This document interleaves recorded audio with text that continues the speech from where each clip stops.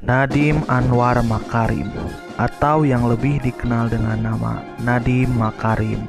Ia lahir di Singapura pada 4 Juli tahun 1984 dan merupakan anak lelaki satu-satunya.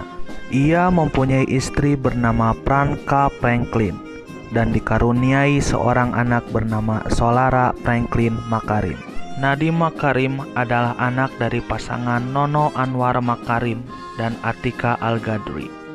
Ayahnya adalah pengacara ternama keturunan Arab asal Pekalongan, Jawa Tengah. Tak hanya itu, ayahnya juga merupakan seorang intelektual dengan gelar doktor ilmu hukum lulusan Harvard University. Tak terasa cintanya pada tanah air, pria lulusan Harvard ini memilih untuk kembali ke Indonesia untuk memulai karirnya.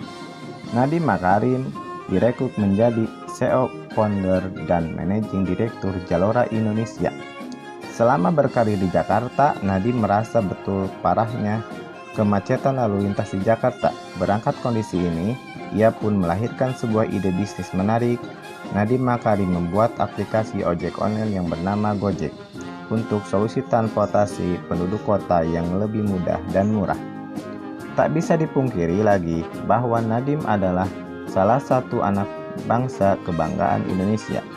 Setelah secara mengejutkan hadir pada pagi hari di Istana Negara menggunakan kemeja putih dan mengajukan pengunduran diri sebagai Direktur Utama Gojek, esok harinya Presiden Joko Widodo mengumumkan kabinet menterinya dengan Nadiem Makarim sebagai Menteri Pendidikan dan Kebudayaan. Langkah awal sebagai Mendikbud, beliau mencanangkan kebijakan Merdeka Belajar, salah satunya penghapusan ujian nasional. Sikap nasionalisme yang patut kita tiru dari pria berumur 35 tahun ini adalah tidak membeda-bedakan orang berdasarkan agama yang dianutnya. Dia bersikap sama, tidak mendiskriminasi terhadap orang yang mempunyai keyakinan berbeda. Selain itu, dia juga merupakan seorang ayah yang taat beribadah dalam agamanya. Sikap nasionalisme yang dapat kita tiru selanjutnya yaitu kemanusiaan.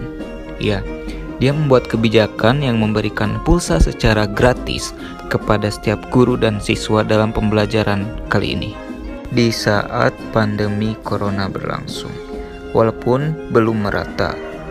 Selanjutnya, sebagai seorang menteri pendidikan, dia berhasil mempersatukan bangsa dengan membuat kebijakan yang tidak memaksakan seragam sekolah berdasarkan atribut-atribut tertentu, walaupun kebijakan ini kontroversial. Walaupun begitu, setiap kebijakan yang ia ambil tidak lepas dari musyawarah mufakat yang telah disepakati oleh para ahli yang ada di sekitarnya.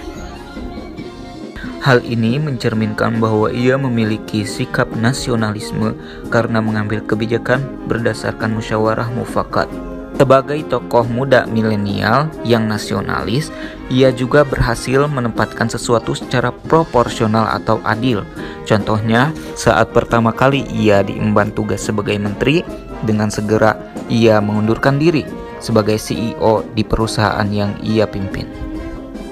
Nadiem Makarim segera melakukan beberapa revisi terhadap beberapa aturan yang pernah ia buat sebelumnya terkait dengan masa pembelajaran seperti pandemi COVID-19. Salah satu aturan tersebut adalah memperbolehkan dana BOS atau bantuan operasional sekolah untuk membeli pulsa internet bagi guru maupun siswa guna mendukung masa pembelajaran dari rumah. Hal ini akan terus berlangsung hingga masa wabah dicabut statusnya oleh pemerintah pusat. Sementara untuk pendidikan tinggi, kementeriannya menyatakan sepakat untuk menerapkan beberapa aturan seperti relaksasi UKT untuk mahasiswa yang orang tuanya terdampak COVID-19. Demikian informasi yang bisa kami bagikan tentang biografi Nadiem Makarim, pendiri dan pemilik Gojek. Semoga biografi Nadiem Makarim ini bermanfaat dan memotivasi kita semua.